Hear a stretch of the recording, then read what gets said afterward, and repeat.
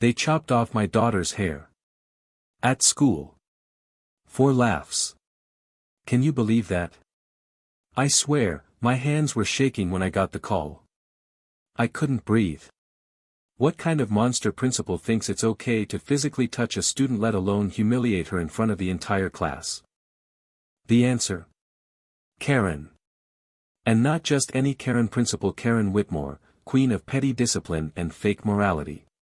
She'd always had that tight smile and judgmental stare, the type who thought she owned every hallway because she had a master's in education and a clipboard. But this? This crossed a line. When I picked up my daughter, Ava, her beautiful, waist-length curls were gone. Gone. Her cheeks were streaked with tears, her voice trembling like glass about to shatter. She did it while everyone was watching, she whispered. Said I looked like a clown with tribal hair.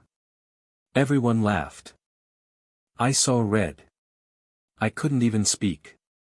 I just hugged Ava, tucked her close, and swallowed the storm. But deep inside something snapped. You don't mess with a child like that. Not my child. Not when her father is the chief minister of the state. But Karen? She didn't know that. Not yet. The next day, I arrived at the school. Calm. Controlled. Deadly quiet. I requested a meeting with Karen, and of course, she strutted in like she had nothing to fear. Ah, you're Ava's mom, she chirped. I figured we might get some drama from this, artsy types are always sensitive. I blinked. Then smiled. Just to clarify, I said slowly, you took scissors to my daughter's hair during school hours and mocked her. Karen didn't even flinch. We have a standard, ma'am. Ava's hairstyle was a distraction. It was either cut it or send her home. You mean, you cut it? Without asking. Without consent. She was warned. Actions have consequences. Yes, Karen. They do. I didn't raise my voice.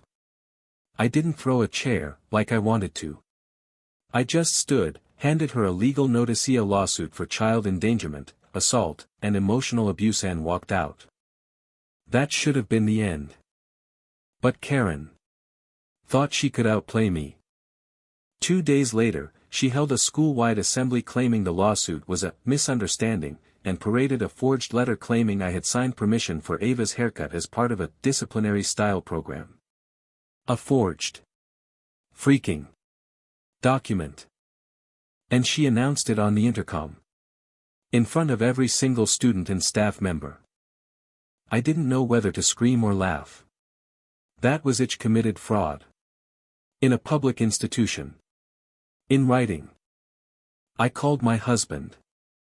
Within hours, a formal investigation began. The Chief Minister's office issued a statement that a deeply personal incident involving school misconduct was under review. Karen's face. Oh, I wish you could have seen it when 2 government agents walked in during morning announcements and escorted her off the campus. But wait, Karen still had one last card to play.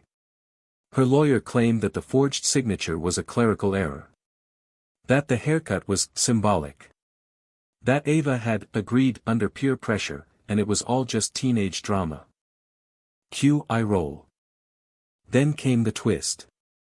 Turns out, Karen had a history. Hidden complaints. Buried files. Silenced parents. The district had settled 3 lawsuits in the past 5 years, all involving students of color, non-traditional kids, and mysterious disciplinary actions that somehow vanished from the system. This time, nothing vanished. The school board panicked. Media got involved. Protests formed outside the school gates with chants of, "Hands off our kids." Former students came forward with stories of humiliation and fear. The pressure was unbearable. Karen tried to claim she was the victim. Said she was just enforcing policy. That she was being targeted for doing her job. Sure, Karen. Tell that to the camera crews. Her final downfall came when Ava's classmates, bless their hearts, posted video evidence from that day. Karen laughing. Holding the scissors. Holding Ava's curls like a trophy.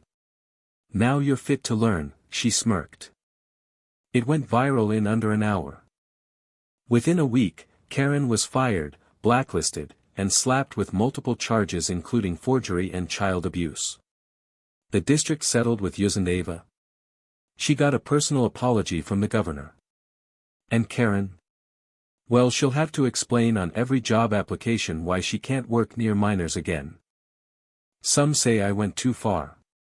Some say it was just hair. But let me ask you this: what if it were your child? What if someone used their power to break them in front of a crowd for laughs? Because if Karen thought her title made her untouchable, she clearly forgot who my daughter's father was. And now, the only thing she's teaching is how karma works.